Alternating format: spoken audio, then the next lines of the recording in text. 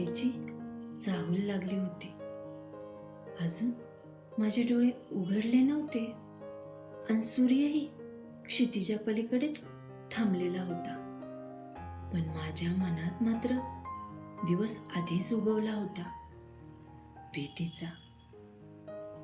खिडकीवर टपटपणाऱ्या पावसाच्या थेंबांचा आवाज इतरांना कितीही गोड वाटला तरी माझ्यासाठी तो एका कठीण प्रवासाची चाहूल देत होता. आई स्वयंपाकघरात धावपळ करत होती. एका हातानं डबा भरत होती तर दुसऱ्या हातानं माझ्या दप्तराला प्लास्टिकचं कव्हर लावत होती.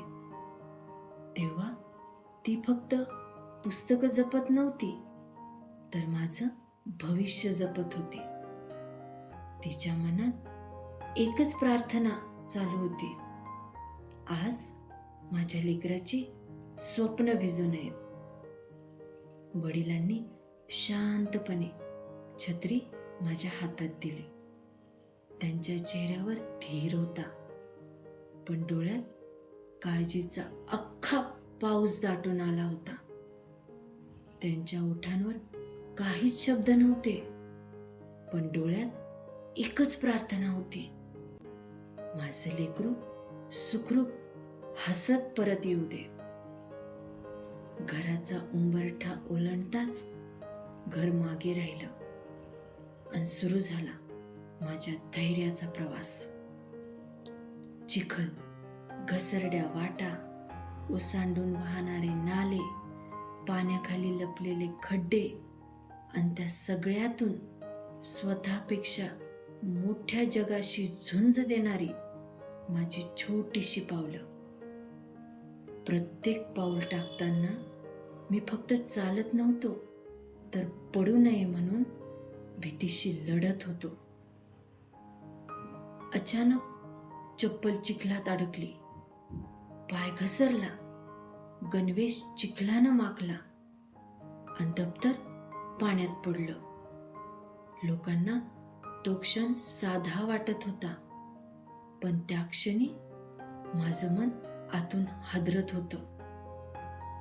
कारण त्या चिखलाची भीती नव्हती, भीती होती आई रागवेल का, पुस्तकं खराब झाले तर, शिक्षक ओरडतील का, बाबा पुन्हा नवीन पुस्तकं घेऊन देतील का.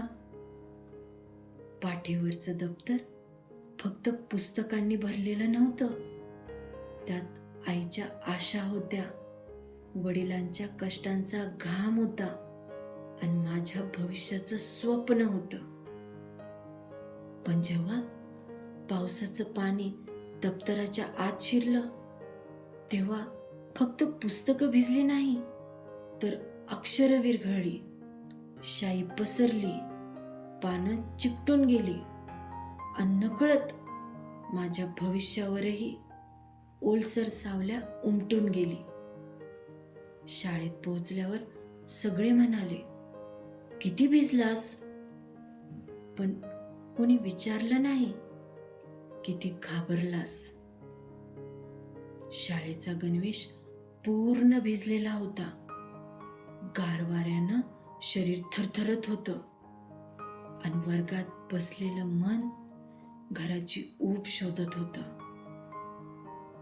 वर्गात शिक्षक फळ्यावर शिकवत होते, पण माझं लक्ष खिडकी बाहेर पडणाऱ्या प्रत्येक थेंबाकडे होतं, कारण प्रत्येक थेंब मला घरी परतायच्या वाटेची आठवण करून देत होतं.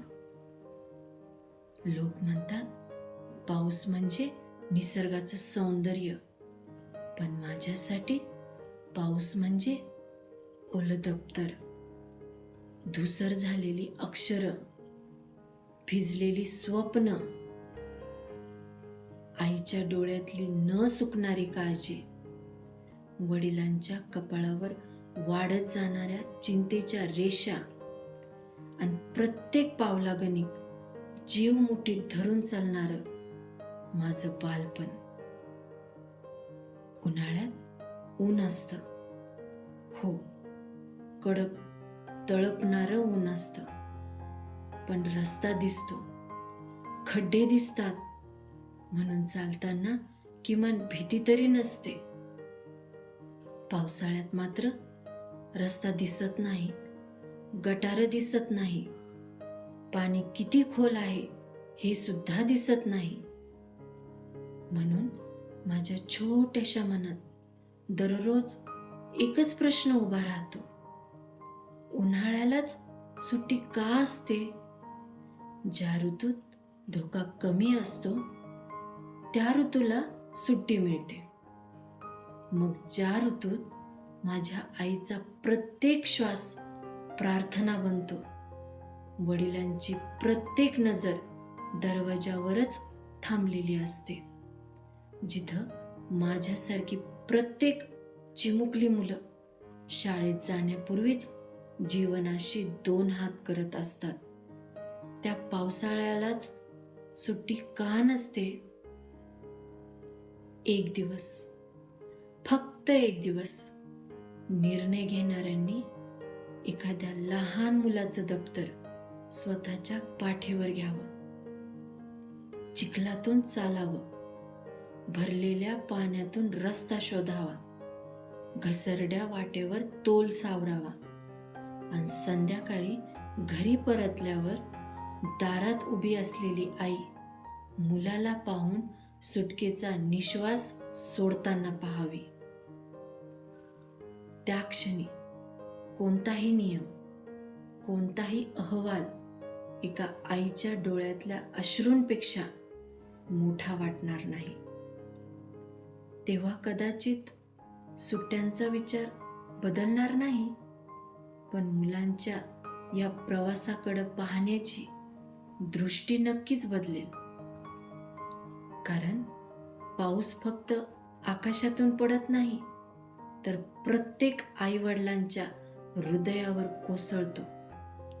तो फक्त माती भिजवत नाही, तर प्रत्येक चिमुकल्यांच्या पावलांचं धैर्य भिजवतो.